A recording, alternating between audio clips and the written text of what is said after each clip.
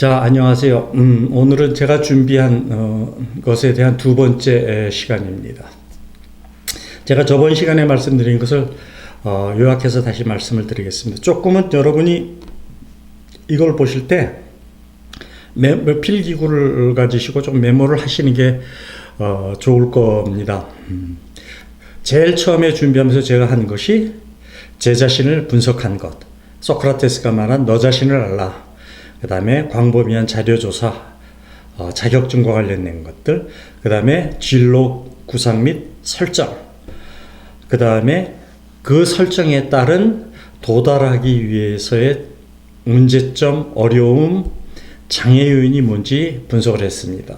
그 다음에 다섯 번째로는 그 장애 요인들, 문제점을 어떻게 제거할까 하는 장애 요인 제거 방안에 대해서 말씀을 드렸습니다. 자격증 같은 경우는 그 세계적인 자격증, 미국, 캐나다도 인정하는 그 자격증을 이제 한국에서 제가 온라인으로 시험을 쳐서 취득을 하게 됩니다. 근데 중요한 건 아무튼 회사에서 명퇴를 하고 그 다음에 그 이민 가서 하기 위한 직종에 대한 분야에 가서 일을 했다는 것, 그게 상당히 중요합니다. 그 부분은 조금 이따 다시 말씀을 드리겠지만 아무튼 제가 일하고 있는 게 캐나다에 가서 그대로 할 수 있는 게 아니라면 저는 관두고 그 분야에 가서 일을 했습니다. 자, 그럼 여섯 번째가 뭐냐면은 제가 이제 1번부터 5번까지 준비를 했잖아요. 그걸 선배 이민자의 벤치마킹으로 해서 검열을 했습니다. 내가 이렇게 진로를 잡았고 이렇게 장애 요인을 없애고 실천을 했는데 이게 과연 가면 실전에 캐나다에서 맞을 건지를 여러 사람들한테 이제 자문을 구했어요. 뭐 캐나다에 전화를 하든지 하는 방법으로.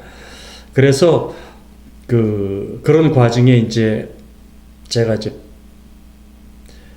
그 토론토가 아닌 캘거리로 장소를 변경하기도 됐고, 그렇게 하면은 제가 생각한 방법, 그 진로 설정에 따라서 취직을 할 수 있겠다라는 그러니까 생각이 들더라고요. 그렇게 한 사람이 또 있고 하니까 뭐 그 사람은 저같이 준비를 했는지 그건 잘 모르겠지만 아무튼 그게 성공 가능성이 꽤 있다라고 저는 생각을 했어요.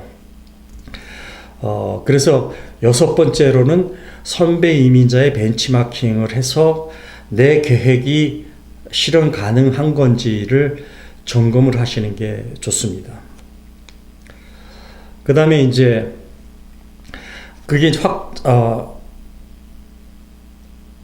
그 계획이 이 벤치마킹을 통해서 확인이 됐으면 거기에 따라 이제 실천 방안을 수립을 했습니다. 그래서 말씀드린 대로 회사 다니는 동안에 PMP 자격증을 땄고 PMP 자격증을 따자마자 회사를 관두고 명퇴를 하고, 여기서 명퇴가 중요합니다. 명퇴를 하고 무보수로 관련 회사에 취업을 해서 8개월간 업무를 다시 배우고 그 전문 소프트웨어에 대해서 연구를 한 과정을 했습니다. 동시에 그 엑셀하고 워드하고 파워포인트와 또 저 같은 경우는 VBA 프로그램에 대해서 공부를 했습니다. 물론 대학교 때 컴퓨터 사이언스를 했기 때문에 상당히 그 VBA는 저한테 쉬웠지만 아무튼 VBA를 어떻게 엑셀에 접목을 하고 어떻게 파워포인트에 접목을 해서 애니메이션을 할 수 있는지 그런 것에 대해서 스터디를 했습니다. 그런 다음에 그것을 꾸준히 그 회사를 다니는 8개월을 포함해서 거의 한 1년간을 준비를 했어요. 그리고 이제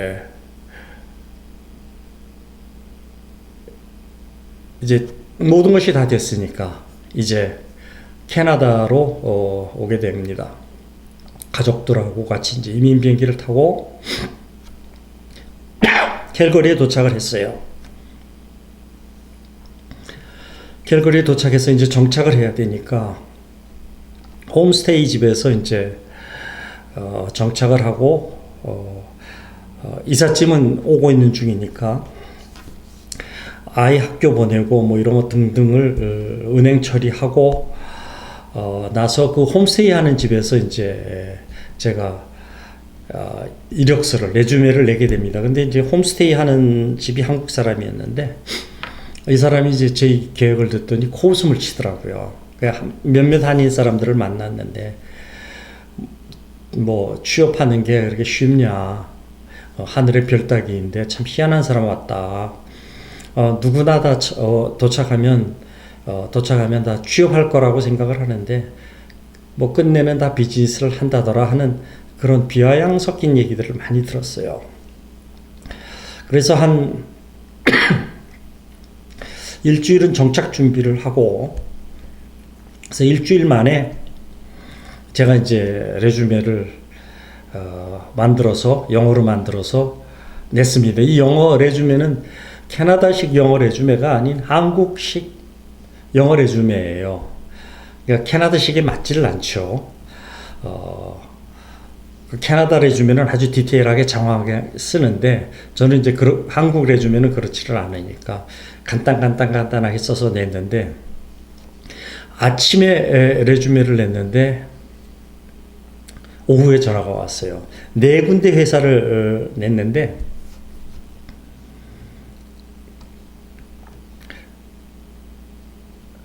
네 군데 회사를 제가 레주메를 첫날 냈는데 바로 저녁에 전화 온 회사가 2군데, 그 다음날 전화 온 회사가 1군데, 1군데는 연락이 안 왔습니다.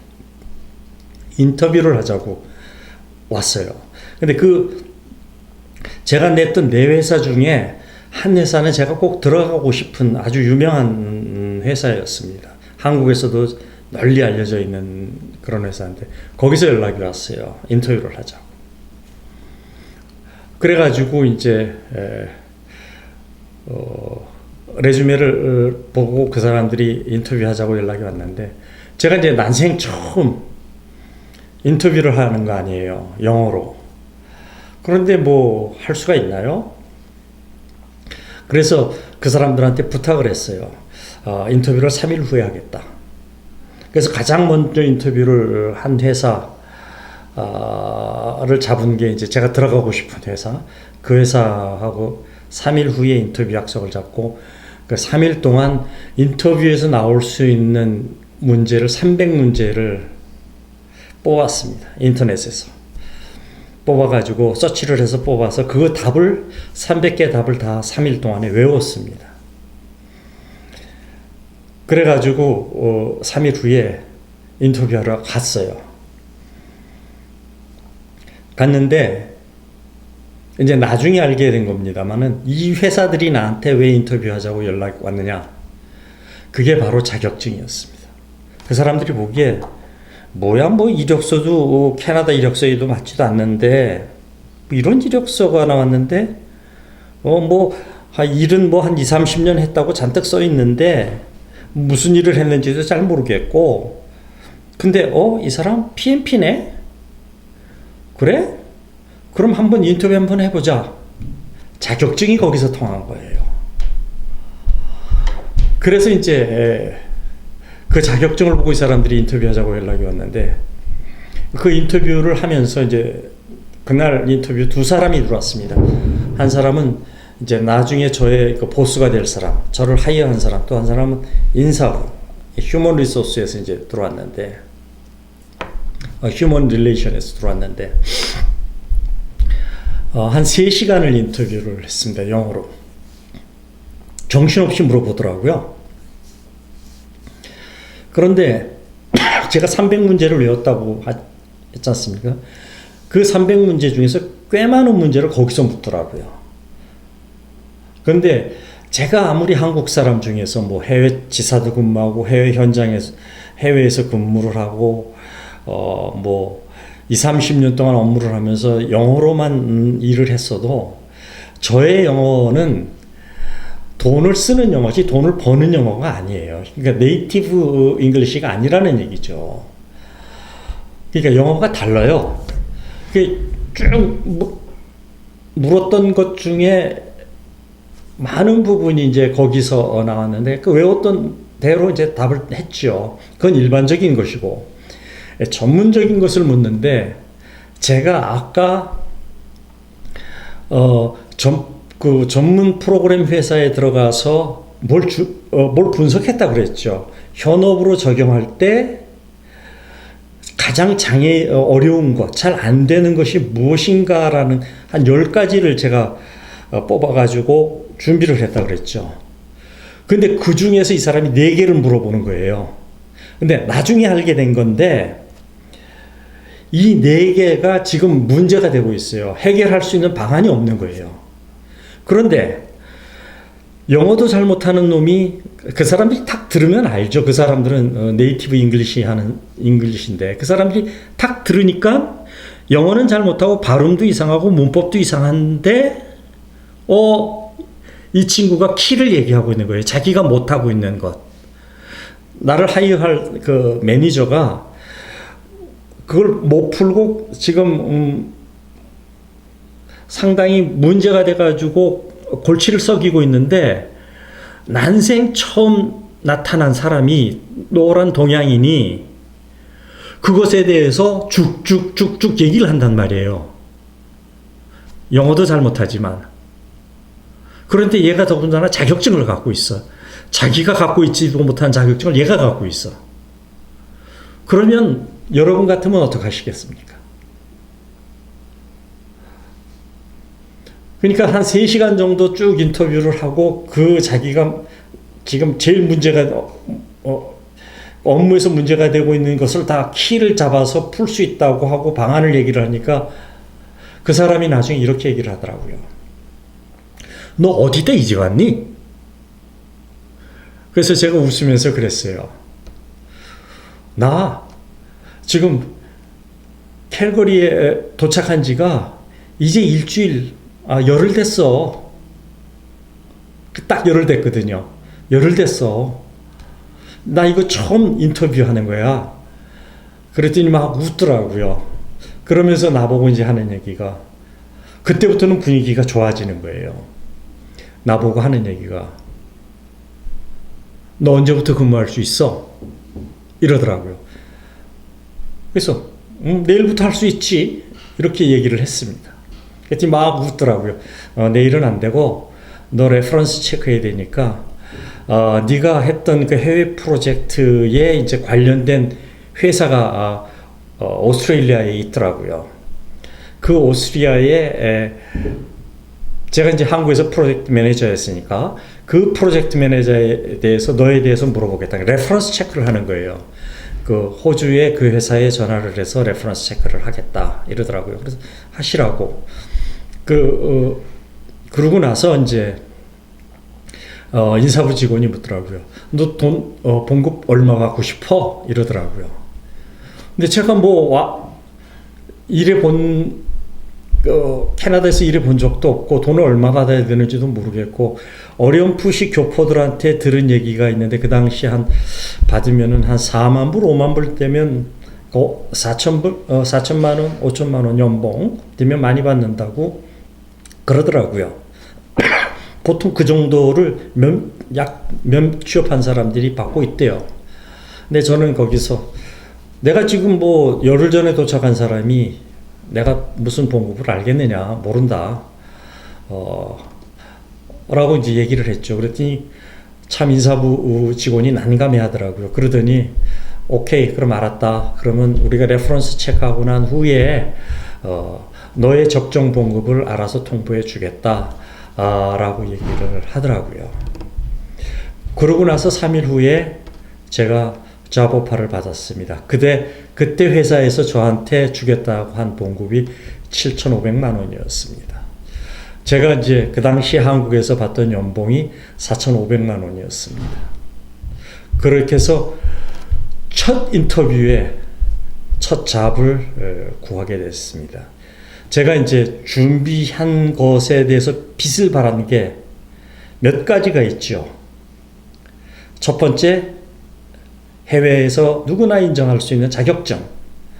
두 번째, 현업에서 제일 문제가 있는 그 전문 소프트웨어에서 제일 현업에서 문제가 되고 있는 게 무엇인지, 그것의 해결 방안을 제가 연구를 하고 준비했다는 것. 그 다음에 세 번째로는 나중에 이제 현업의 진행이 돼서 이제 얘기인데, 이제 많은 부분을 엑셀이나 파워포인트나 이쪽으로 하는데, 저는 그것을 VB 프로그램을 통해서 남보다 빨리 정확하게 해내고 멋있게 해냈기 때문에 회사에서 상당히 인정을 받는 계기가 됐습니다. 여러분한테 다시 말씀을 드리지만, 얼마나 준비를 철저히 했는가에 따라서 여러분들의 이민 인생은 바뀝니다. 한국보다 더 좋은 조건으로, 그러니까 세계적인 회사에 그때 벌써 첫 이력서에서 첫 인터뷰에서 세계적인 회사에 취업을 하게 됐습니다. 자, 여러분들이 이제 돌아가셔서 쉽게 이렇게 생각을 해보죠. 제가 이제 뭐 몇 분야를 말씀을 드릴 건데, 사무직이 아니더라도, 자, 용접사가, 웰더가 취업하기가 쉽다더라 라고 생각을 하셨으면,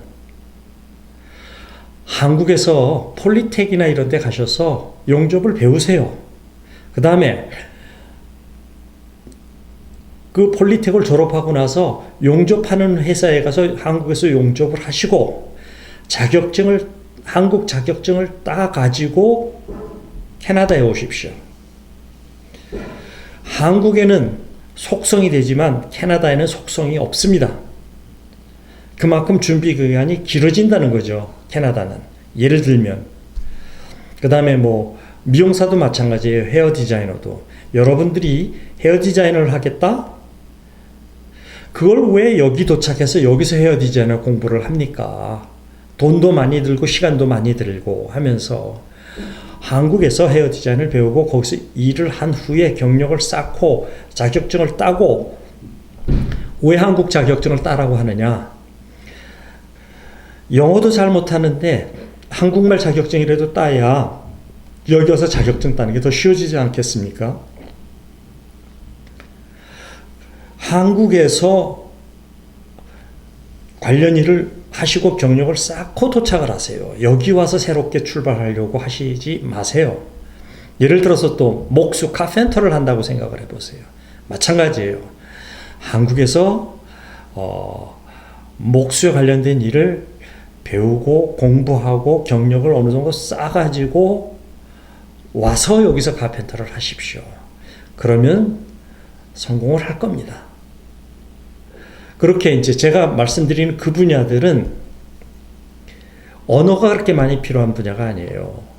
자, 캐나다에 와서 여러분이 세일즈를 하겠다? 그건 영어가 많이 필요한 분야 아니에요. 한국인이 할 수 있는, 일할 수 있는 직종은 언어가 많이 필요로 하지 않은 분야로 제한이 됩니다. 언어 때문에. 여기 와서 네이티브 캐나디안처럼 일을 하겠다?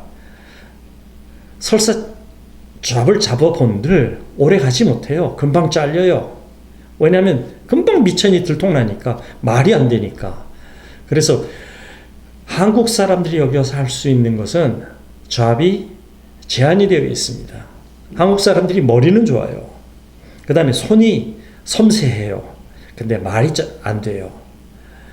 그렇게 이제 섬세하고 영어가 조금 덜 필요한 분야 쪽으로 여러분들이 가신다면 이민에 성공할 확률은 높아집니다. 제발 캐나다에 와가지고 한 1년 놀면서 이것저것 보면서 결정하겠다. 그래서 뭐 어떤 사람을 보니까 어느 분은 10만 불을 썼다고 얘기하는 분도 있는 것 같던데 30대 40대에 10만 불, 그 상당히 큰 돈입니다. 캐나다에서는. 그 돈이면 잘 투자를 해놓으면, 세이빙을 잘 해놓으면 60대 넘어서 그것이 노후 자금이 됩니다. 엄청난 노후 자금이 됩니다. 그 10만 불이 여러분들의 노후를 좌우하는 그렇게 큰 돈입니다. 세금도 내지 않은 돈이지 않습니까? 그렇게 와서 10만 불을 썼네요. 그것은 그 사람의 노후를 상당히 어렵게 만드는 요인 중에 하나입니다. 제발 그렇게 와서 1년 동안 놀면서 돈을 얼마 썼다라는 그런 얘기는 좋은 얘기가 아닙니다. 그것은 내가 준비를 안 했어요 라는 얘기입니다. 제발 그러지 마시고 준비를 하셔서 돈도 아끼시고 그러시기 바랍니다. 저는 캐나다 이민 올 때 놀라시지 않기 바랍니다. 저는 단 4만 불만 갖고 왔습니다. 한국에 있는 재산들은 다 한국에 투자를 해놓고 왔습니다. 결과적으로는 그 투자가 상당히 잘 된 투자이기도 하지만 지금 돌아와서 보니까 그 돈을 갖고 들어와서 캐나다에서 투자를 했으면 더 크지 않았을까 하는 그런 생각도 하는데, 일단 저는 제 재산은 한국에다 두고 한국에서 투자를 하고 왔습니다. 그 4만 불은 국민연금을 해약하니까 4천 몇백만 원을 주더라고요, 그 당시에. 그래서 그거를 캐나다 달러로 환전해 가지고 가지고 왔습니다. 그런데 결과적으로 보면 그 4만 불을 갖고 온 돈이 지금 한국에서는 거의 직장 생활을 25년 이 정도 했지 않습니까? 캐나다에서는 1년 했는데, 캐나다 와서 세이빙한 돈이 한국에서 그 당시에 그 부장까지 벌었던 돈에 비해서 훨씬 많아졌습니다. 그러니까 그 파이낸셜 재무 관리에 대해서도 나중에 한번 캐나다에서는 어떻게 하는지 설명을 하도록 하겠습니다. 이민 오실 때 제발 돈을 낭비하지 않기 바랍니다. 다음에는 제가 이제 취업을 해가지고 어떻게 직장 생활을 했는지 그 첫 회사 로부터 이제 어떻게 오일 회사로 가게 됐는지, 얼만큼 그 릴레이션이, 사람 간 릴레이션이 중요한지에 대해서 설명하도록 하겠습니다. 거기에 한국 사람들이 상당히 또 취약합니다. 그러니까 취업을 하고선도 오래 다니지 못하는 요인 중에 하나가 릴레이션이 없어서 그렇습니다. 근데 이 릴레이션은 여러분뿐만이 아니라 여러분의 자녀에도 영향을 미칩니다. 얼마큼 당신이 캐나다 내에서 릴레이션이나 크레딧을 잘 쌓는지가 여러분도 물론이고 여러분의 자녀의 미래를 좌우합니다. 다음에는 그것에 대해서 말씀드리도록 하겠습니다. 감사합니다.